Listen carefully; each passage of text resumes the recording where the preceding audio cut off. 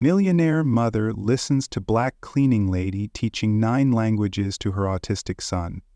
Her life changes forever. Can you explain why you are talking to my son? Elizabeth Harper's cold voice echoed through the marble hall of the $75 million 0-cents estate. At 30 to a pharmaceutical empire, she looked with contempt at the scene before her. A black woman in a blue apron sitting on the floor next to her 2-year-old autistic son. Maya Johnson, 34, stood up calmly and straightened the cleaning supplies. Her hands trembled slightly, not from fear, but from the weight of secrets she carried. No one knew that she had been a linguistics professor at 3 universities before losing everything and accepting any job that would pay the bills for her sick mother. "I'm sorry, Mrs. Harper. You were just what?" Elizabeth interrupted, walking toward them with her Louboutin heels echoing like hammers on the floor. Her eyes narrowed, suspicion etched into every line of her face, as if Maya's mere presence threatened her carefully curated world. "Elijah hasn't spoken to anyone in 6 months. No one. And now I find you here, filling his head with—" "What exactly?" The boy, Elijah, remained seated on the floor with an illustrated book in his hands. His blue eyes sparkled in a way Maya recognized immediately. It wasn't a disability. It was pure intelligence, waiting for the right key. "I was just cleaning, and he came over," Maya lied partially. Her voice was steady, but her heart raced. She knew one wrong word could unravel everything. The truth was that in recent weeks she had noticed how Elijah reacted when she murmured words in different languages while she worked. First it was French, then Spanish, until yesterday when he whispered his first word in months, "Hola." Elizabeth took the book from her son's hands. A book in Italian. "Where did that come from?" "From the study room, ma'am. I was reorganizing." "Reorganizing?" Elizabeth's voice dripped with disdain. "Do you think I'm a fool? You're meddling with my son. And you thought you could use my son as an experiment?" Elizabeth's eyes flashed. "He has severe autism. He doesn't speak. He doesn't interact. He doesn't learn. 3 of the best specialists in the country have confirmed it." Maya felt something burn in her chest. It wasn't anger. It was recognition. She had spent years fighting for children like Elijah, only to be dismissed by people like Elizabeth, who saw labels instead of potential. She had seen that same look in dozens of children labeled lost causes by people who couldn't see beyond their own limitations. "With all due respect, Mrs. Harper," Maya said, her voice maintaining a calm that only exists in those who have faced much worse storms. "Sometimes children just need to be heard in the language that makes sense to them." Elizabeth laughed dismissively. "Heard? He's a toddler who can't even say his own name, and you're talking about languages? You, a caretaker, are giving me advice about my own son, about a child you've known for 6 months." "It's not advice," Maya replied, crouching down again beside Elijah. "It's just possibilities. That's when it happened." Elijah looked up from the floor, looked directly at Maya, and whispered something that made Elizabeth stagger. "Merci, madame." The word hung in the air like a forbidden spell, shattering Elizabeth's certainty. The silence that followed was deafening. Elizabeth blinked several times as if she couldn't believe what she had just heard. He spoke French." Maya nodded, her eyes shining with contained satisfaction. "Children like Elijah aren't broken, Mrs. Harper. They just speak a different language than we do." Elizabeth looked at her son, then at Maya, then back at Elijah, who was now leafing through the Italian book with genuine interest. For a moment, her mask of control slipped, revealing a flicker of fear. She wasn't just angry, she was terrified of what this meant. For the first time in 6 months, there was life in her boy's eyes. "How did you know?" Elizabeth whispered, her arrogance momentarily replaced by confusion. Maya smiled, not a smile of victory, but the smile of someone who holds secrets too powerful to reveal before the time is right. "I've seen eyes like his before. Windows to a mind that's been waiting to be unlocked. Let's just say I've been on the other side of this conversation before. There in that cold hall of an estate, where money bought everything but understanding, a woman everyone preferred to ignore had just planted the first seed of a transformation no one could have imagined. If you've ever been underestimated by someone who should have respected you, then you know that sometimes the greatest revenge is simply to show what you're capable of. Sign up to find out how a simple caretaker transformed not only the life of a child, but completely rewrote the rules of a family that thought money could buy any solution. The next morning, Elizabeth had made her decision. She called Maya into her private office, where stacks of contracts and photographs of charity events decorated the walls like trophies of her moral superiority. "I need to clear up a few things," Elizabeth began without inviting Maya to sit down. "What happened yesterday was a coincidence. Elijah sometimes makes random noises. It doesn't mean anything." Maya remained standing, her hands clasped in front of her body. She bit her lip, fighting the urge to tell Elizabeth the truth about her qualifications, knowing it might only fuel her distrust. "I understand, ma'am. I want you to keep your distance from him. Zero interaction." Elizabeth paused, watching Maya with growing contempt. "In fact, maybe you should focus exclusively on the storage rooms and the service areas. The housekeeper Clara will take care of where Elijah circulates." If she only knew, Maya thought. If she knew that I have a PhD in applied linguistics from Columbia University, that my specialization is cognitive development and multilingualism in neurodivergent children, that I have published 17 articles in international scientific journals. "Of course, Mrs. Harper, 'tis caretaking." But Elizabeth wasn't finished. "And since we're talking about boundaries," she leaned back in her chair, a cruel smile dancing on her lips, "I hope you weren't fooled by what happened yesterday. Elijah is severely autistic. 3 of the best neurologists in the country have confirmed it. He won't get better. He won't speak normally. He won't have a normal life." Each word felt like a slap, but Maya refused to flinch, her resolve hardening. She had heard this rhetoric before, and she had proven it wrong every time. Each word was a calculated stab, but Maya kept her expression serene. Inside, she thought of the 43 cases she had followed, the children labeled lost, who now attended universities, spoke multiple languages, had brilliant careers. "I understand your concern, ma'am." "Concern?" Elizabeth laughed dismissively. "It's not concern, it's reality, and I'd rather my son not be used as an experiment by unqualified people." "Unqualified?" Maya's voice stayed calm, but her eyes flickered with defiance. "You don't know me, Mrs. Harper, but I know children like Elijah, and I know they deserve better than being written off." That afternoon, while reorganizing products in the storage rooms, Maya heard footsteps on the stairs. It was Dr. Nathan Lee, the family's private pediatrician, coming down with a thoughtful expression. "Sorry to interrupt," he said, looking around to make sure they were alone. "I need to talk to you about Elijah." Maya stopped organizing the products. "Is something wrong?" "On the contrary, yesterday when I heard him speak French, it was the first spontaneous verbal communication in 6 months." Dr. Lee approached her, lowering his voice. "I've been a doctor for 20 years. I know when a child is responding to specific stimuli, and I know when he's just making random sounds." Maya's heart raced. She felt a spark of hope, but also fear. Revealing too much could put her in Elizabeth's crosshairs. "And what do you think happened? Do you have a background in special education?" For a moment, Maya hesitated.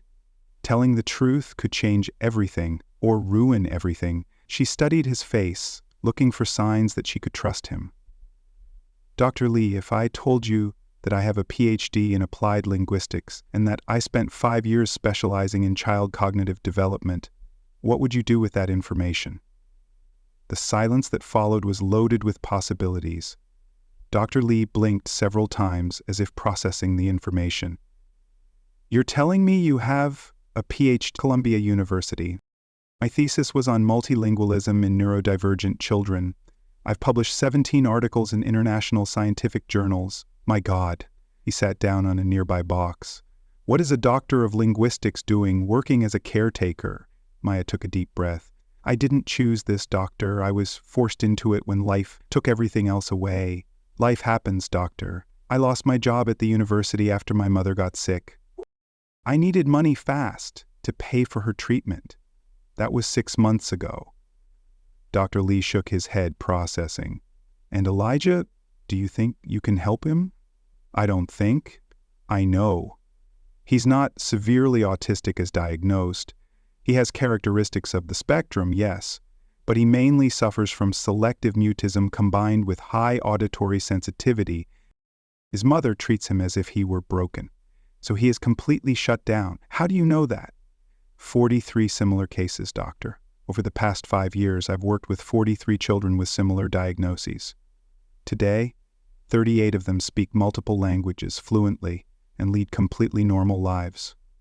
Elijah has an appointment with me tomorrow. Elizabeth wants to increase his medication, says he's regressing and fantasizing. He's not regressing, he's progressing.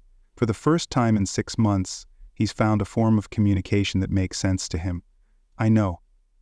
Dr. Lee took a card out of his pocket. My private number? If you're willing to help this boy, I'll find a way to provide medical support for your work, but it will have to be discreet. After he left, Maya stood alone in the storage rooms holding the card. For the first time in months, a plan began to form in her mind. But a shadow of doubt lingered. What if Elizabeth found out before she could prove herself? That night, while Elizabeth was having dinner with friends at the country club, Maya did something she hadn't done in 6 months. She called her old university linguistics department, Professor Carter. James, it's Maya Johnson. There was a long silence on the end. Maya, where have you been? Your research was cited in 3 international journals this month. Harvard has been trying to contact you for 4 months. I'm in a temporary situation, but I need a favor. I need my research files, especially the intervention protocols for selective mutism. An hour later, Maya hung up the phone with something she hadn't felt in a long time. Renewed hope.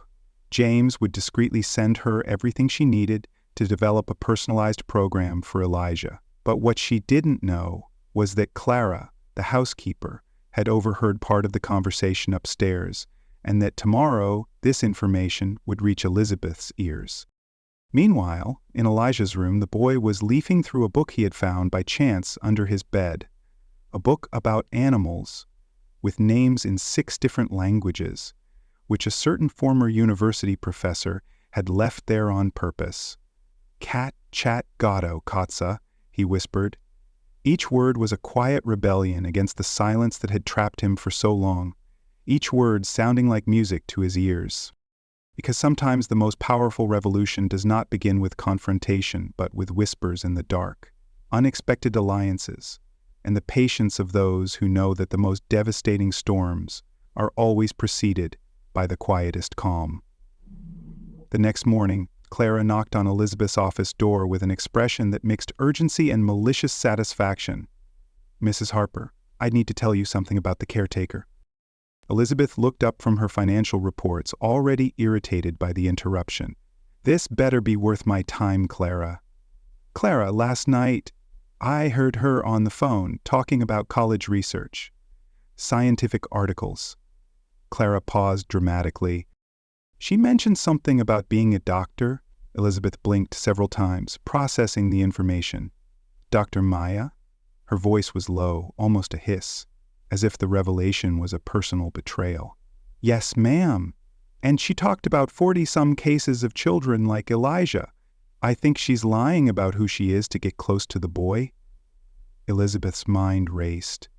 A caretaker who taught languages, who talked about academic research, who got Elijah to talk. The pieces began to fit together in a disturbing way. Call her here now. 15 minutes later, Maya entered the office and found Elizabeth standing behind her desk, laptop open, with an expression she had never seen before. Her face was a storm of rage and fear, as if Maya had exposed a crack in her perfect world. Sit down, Elizabeth said, her voice icy. Maya obeyed, maintaining the outward calm she had perfected over the past 6 months. You lied to me, Elizabeth began, turning the laptop toward Maya. On the screen, a Columbia University page displayed Dr. Maya Johnson's academic profile, with an impressive list of publications and awards. You thought you could infiltrate my home, manipulate my son, and I wouldn't find out? I never lied, Mrs. Harper. I just didn't offer information that wasn't requested. Not requested. Elizabeth slammed her hand on the table. Don't play games with me. You've been scheming under my roof. You led me to believe you were just an uneducated caretaker when all this time you were a doctor of linguistics specializing in autistic children. And why would that matter? Maya asked, her voice remaining calm. Because you've built a wall around Elijah, Mrs. Harper, and I'm trying to help him climb over it. You made it very clear from day one that I was invisible, that my job was to maintain the estate and not to have an opinion, that people like me had nothing of value to offer. Elizabeth felt something uncomfortable stir in her stomach. For the first time she wondered if she had misjudged Maya, but pride wouldn't let her admit it. That's different. You should have told me about your qualifications. What for? So you could humiliate me in more creative ways? So you could tell me that even with a PhD I was still just an employee? That's when the door opened and Elijah came running in, followed by Lou. Maya! Maya! Elijah shouted in Portuguese, then switched to French. J'ai une chanson! And then to Spanish. Puedes enseñar más palabras? Elizabeth was paralyzed. Her son, who hadn't spoken in 6 months, had just switched fluently between 3 languages in the same sentence. Dr. Lee approached calmly. Elizabeth, I need to show you something. He placed a tablet on the table showing videos of Elijah from the last few days. Maya has been discreetly recording Elijah's progress under my medical supervision. In the first video, Elijah counted to 10 in German. In the second, he recited the alphabet in Mandarin. In the third, he sang a children's song in Arabic. 7 languages, Dr. Lee continued. In 6 weeks, Elijah not only speaks, he understands complex grammatical structures. His cognitive ability is exceptional. Elizabeth looked at her son, then at Maya, then at the videos. How is this possible? Because he was never severely autistic, Maya replied, standing up and kneeling beside Elijah. He had selective mutism caused by trauma and emotional isolation. When he found a safe environment and a form of communication that made sense to him, he blossomed naturally. Elijah turned to his mother and for the first time in 6 months, looked directly into her eyes. Mama, he said in English, Maya dice que soy inteligente. Then he switched to Italian, mi ha insegnato che parlando voglio. Elizabeth felt tears well up. Her son, whom she had protected as if he were broken, was standing there speaking with an eloquence she had never seen in children his age. Ilicia, she whispered, kneeling down as well. You? You could always talk. Yes, Mama, but you always looked sad when I tried. So I stopped. He switched to French. Mais m'écoute et comprend. The silence that followed was overwhelming. Elizabeth looked at Maya, who was watching her with an expression that was not one of victory, but of deep sadness. You've shown me something I was too blind to see, Elizabeth said, her voice trembling with rare vulnerability. I didn't know, Elizabeth murmured. I really didn't know. I know you didn't, Maya replied softly. But now you do. The question is, what are you going to do with that information?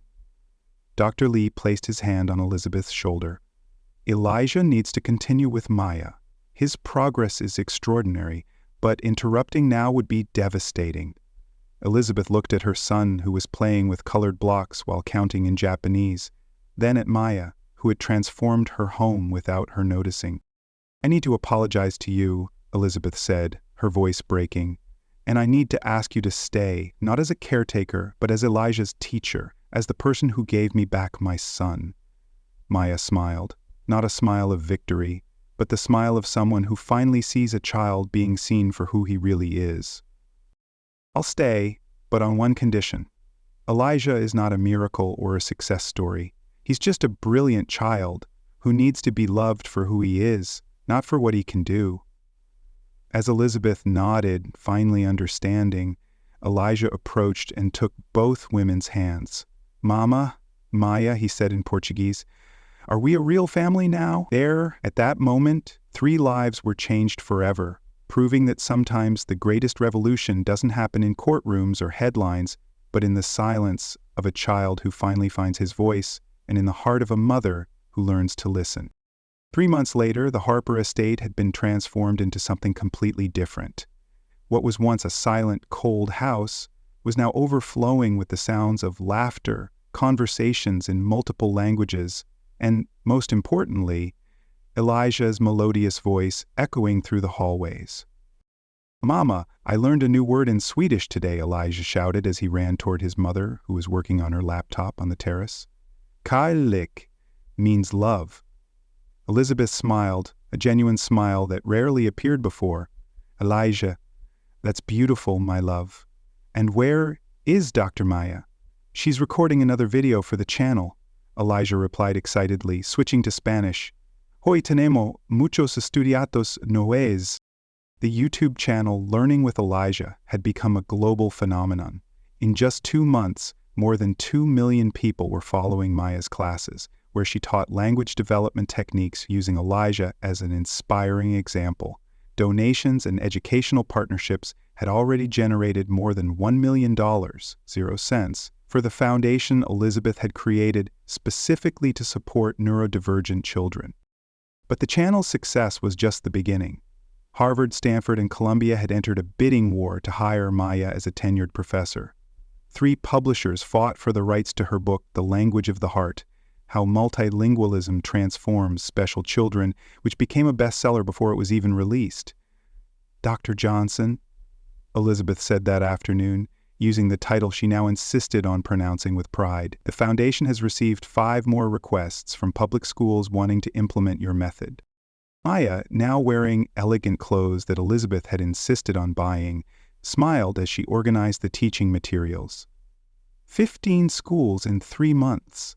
I never imagined we would have such reach."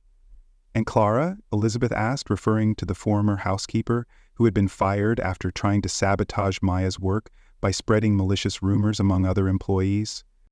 "I hear she's still looking for a job. Apparently high society families don't want to hire someone who has a reputation for gossiping about their bosses on social media," Maya replied without malice. "Karma has its own schedule."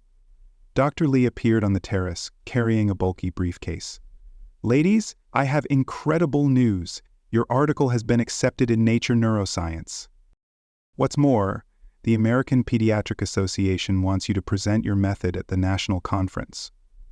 Elizabeth took a deep breath, watching her son playing in the garden, chatting fluently with a gardener in German. 3 months ago, she believed Elijah would never have a normal life. Today, he was more articulate than most children his age. "You know what impresses me the most?" Elizabeth said, turning to Maya. "It's not just the languages or the academic success. It's that Elijah finally has a sparkle in his eyes. He's happy." Maya nodded. "Children like Elijah don't need to be fixed, Elizabeth. They just need to be understood." That evening during dinner, Elijah made a special announcement. "Mama, Miss Maya, I wrote a thank you letter. Can I read it?" The 2 women looked at each other, curious. "Dear Mom and dear Miss Maya," Elijah began, his voice clear and confident. "Before, I felt like I was trapped inside a glass box. I could see everything, but no one could hear me. Miss Maya didn't break the box. She taught me that there never was a box. And Mom, thank you for letting her teach me that. I've always been perfect, just the way I am." Elizabeth couldn't hold back her tears. Neither could Maya. 1 month later, Maya was on the main stage at the International Special Education Conference, in front of 5,000 educators from around the world. Elijah, now 2.5, was at her side as co-presenter. "My name is Elijah Harper," he said into the microphone, his voice echoing throughout the auditorium. 6 months ago, doctors said I would never speak normally. Today, I speak 9 languages because a woman believed I had a voice from day one. She just had to teach me how to use it." The audience rose to a standing ovation. Elizabeth, watching from the front rows, looked around and saw tears in the eyes of hundreds of educators, parents, and therapists. Here was living proof that labeling a child as limited is often the greatest limitation we can impose on them. When Maya took the microphone, her voice came out steady. 6 months ago, I was invisible in this society. Today, I am here not because I have changed, but because someone finally decided to see me. The same thing happened with Elijah. He always had this ability. I just created the safe environment for it to flourish. After the lecture, a journalist asked, "Dr. Johnson, when did you know that Elijah was special?" Maya smiled, placing her hand on the boy's shoulder. "The first day, he looked me in the eye. All children are special. Some just need different languages to show their magic." Today, 6 months later, the Elijah and Maya Foundation has transformed the lives of more than 10,000 children across the country. Elizabeth has become a passionate advocate for inclusive education, and Maya has proven that sometimes the greatest revenge against prejudice is not to destroy those who underestimate us, but to build something so beautiful and impactful that they have no choice but to recognize our greatness. If this story of overcoming adversity and recognition touched your heart, subscribe to the channel for more stories that remind us that a person's true value can never be measured by the color of their skin, the clothes they wear, or the work they do, but by the difference they make in the lives of others.